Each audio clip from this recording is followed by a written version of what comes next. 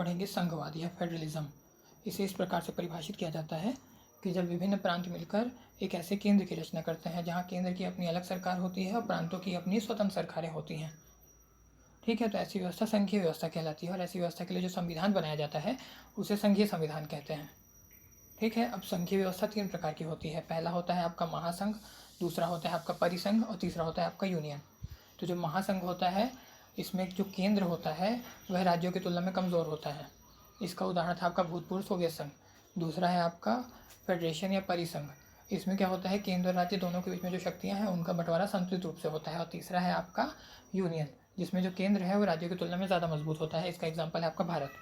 अब संघीय व्यवस्था भारत में अपनाने के रीजन से पहला है विशालता। तो भारत भौगोलिक रूप से काफ़ी विशाल देश है, अतः केंद्र सरकार जो है पूरे देश पर नियंत्रण नहीं रख सकती है, अतः देश को अलग अलग राज्यों में विभक्त किया गया है, जहाँ पे राज्य सरकारें देश का प्रशासन अपने अपने क्षेत्र में संभाल रही हैं।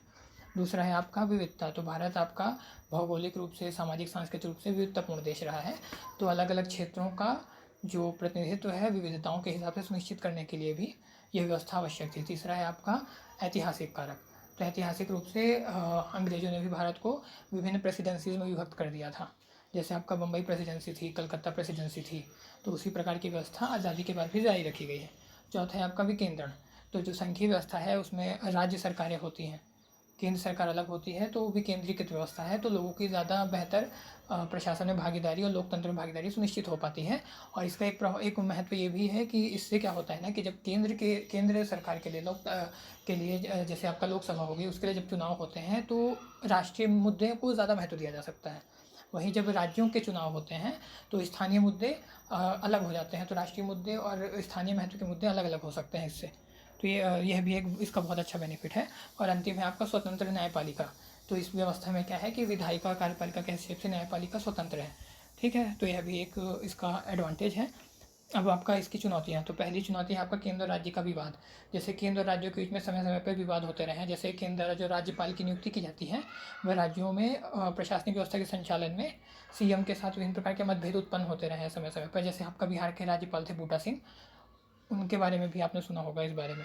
दूसरा है आपका केंद्र द्वारा समय समय पे जो आपका आर्टिकल 356 है राज्य आपातकाल, वह लगाया जाता रहा है। वह भी इनके बीच में, केंद्र राज्यों के बीच में विवाद का एक प्रमुख कारण रहा है।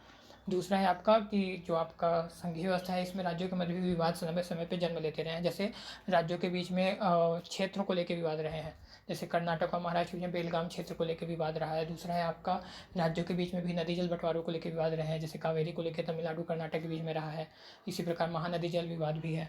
ठीक है ना। और इसके कारण जो आपका संघीय व्यवस्था रही है इससे राष्ट्रीय हितों के साथ भी समय समय पर संघर्ष उत्पन्न होते रहे हैं। जैसे जो आपका राज्य हैं वह अपने स्थानीय मुद्दों को राष्ट्र महत्व पे ज़्यादा प्रमुखता देते रहे हैं। जैसे कि आपका कर्नाटक द्वारा एक पृथक झंडे की मांग की गई थी।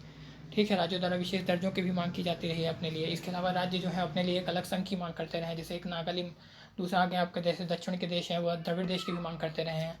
इसी प्रकार भाषाई आधारों पर भी आपका राज्यों ने पृथक्करण को बढ़ावा दिया है, विघटन को बढ़ावा दिया है। जैसे कि आंध्र प्रदेश था भाषाई आधार पर गठित हुआ था, इसी प्रकार तेलंगाना का भी हाल में विभाजन हुआ है। तो इससे क्या होता है, विघटनकारी प्रवृत्तियों को बल मिलता है। ठीक है ना। चौथा आपका रीज़न है अस्थिर और कमज़ोर सरकारें। जैसे कि आप जानते हैं कि जो केंद्र सरकार है वह विभिन्न अलग अलग राज्यों में जो सरकारें हैं उन्हीं के दम पे केंद्र सरकार भी खड़ी होती है।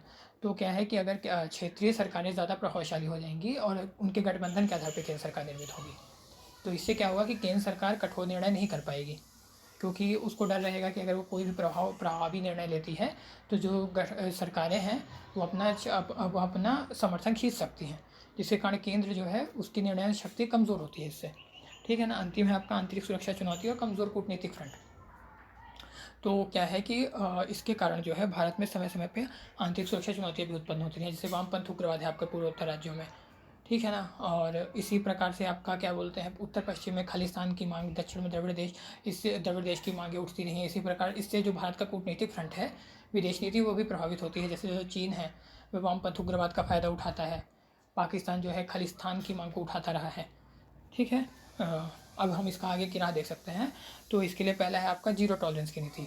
तो जो देश के प्रति विघटनकारी प्रवृत्तियाँ हैं उनके प्रति जीरो टॉलरेंस की नीति अपनाना बहुत आवश्यक है।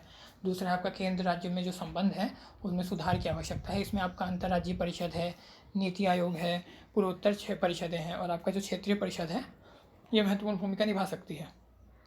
तीसरा है आपका विकेंद्रण। तो जो केंद्र है उसको जो महत्वपूर्ण विषय हैं जैसे कि विदेश नीति हो गया, संचार हो गया, रक्षा हो गया, इसके अतिरिक्त जो अन्य विषय हैं उसमें अधिकाधिक विकेंद्रण को बढ़ावा देना चाहिए। जैसे वित्त का मुद्दा हो गया, स्वास्थ्य का मुद्दा हो गया, शिक्षा का मुद्दा हो गया, ऐसे मुद्दों को राज्यों पर ज़्यादा छोड़ना चाहिए। इससे भी केंद्र राज्य जो विवाद हैं वो सुलझेंगे। अगला है आपका शिक्षा और जागरूकता का प्रसार। तो देश की प्रभुता, एकता, अखंडता, इसके बारे में लोगों में जागरूकता और समझ उत्पन्न करने की आवश्यकता है वर्तमान में। दूसरा है कि जो आपका लोकतंत्र में सकारात्मक भागीदारी है उसके प्रति भी लोगों को शिक्षित करना आवश्यक है। इसके लिए आपका टेलीविज़न हो गया, मीडिया हो गया, इसकी भूमिका, सकारात्मक भूमिका अत्यंत आवश्यक है। ठीक है ना। अंतिम है राजनीतिक और निर्वाचन संबंधी सुधार। जब तक कठोर राजनीतिक और निर्वाचन संबंधी सुधार नहीं होंगे तब तक राजनीति में सकारात्मक चिंतन को बढ़ावा नहीं मिल सकता है और तब तक ये संकीर्णता आधारित राजनीतियाँ होती रहेंगी। तो दोस्तों ये था संघवाद।